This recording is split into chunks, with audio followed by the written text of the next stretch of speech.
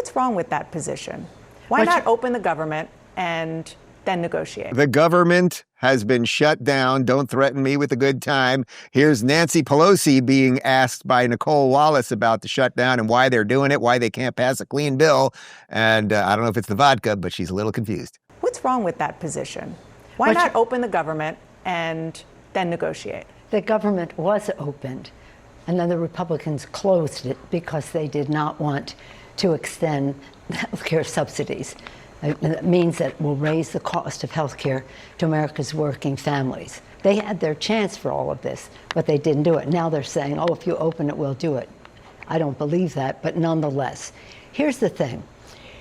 The reason that the government is shut down is because the Republicans have insisted on taking down the subsidies, also Medicare, Medicaid, all of that, food for children, hundreds of billions of dollars for SNAP, to give a tax cut to the wealthiest people and the wealthiest corporations in America.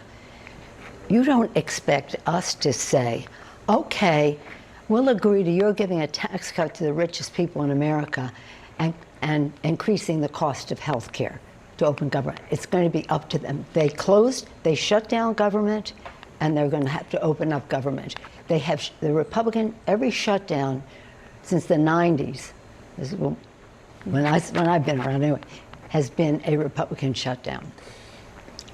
I understand what you're saying about where the differences are, and they are very big. They are voting yes on what we say here in Washington, a clean CR, a bill to keep the government running for 7 weeks, and Democrats are voting no, and for the reasons you just said. So how are they shutting down the government? First of all, it isn't a clean CR. Okay. So let's not stipulate to that. It's not a clean CR. What do they have in it? It's going into that. The point is,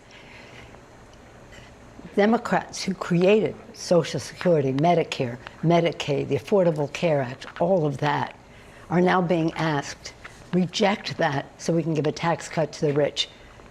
We're not doing it. First off, everyone watching this knows I'm not above a correction. That was obviously Dana Bash, not Nicole Wallace. Joseph is not getting lunch today. Shermichael, you were shaking your head during that. Nancy seems a little confused as to what's going on here. No, because she's lying. It is a clean CR. Even the New York Times wrote an article, I think a week ago, saying that this is a clean CR, which doesn't always happen on either side, to be quite honest with you. Typically, the party in power tries to ease in a little bit of something for whatever issue they particularly care about. Now, this is a problem, Dave and Spencer. Let's be honest here. We are not supposed to run our country by passing CRs, which are supposed to be temporary. Mm-hmm. They're supposed to pass 12 consecutive budgets throughout the year to fund education, the military, et cetera. But we haven't done that because neither frickin' side can agree on passing a darn budget. And so in order to make this thing operate and function the way it should be, the 300 plus million people in this country who rely on a functioning federal government, you got to pass these CRs. So I'm not a big fan of it, but it is what it is. But to pretend that this is on Republicans is absurd. In 2019, when President Biden was in office, we were in a very similar scenario. And if you guys recall at the time, it was Hakeem Jeffries, still the minority leader then, saying it's abhorrent what Republicans do. They don't care about struggling families. They don't care about our veterans. It's all on Republicans. Now the roles are reversed, and they're still trying to blame Republicans. Somebody help me out with this logic here.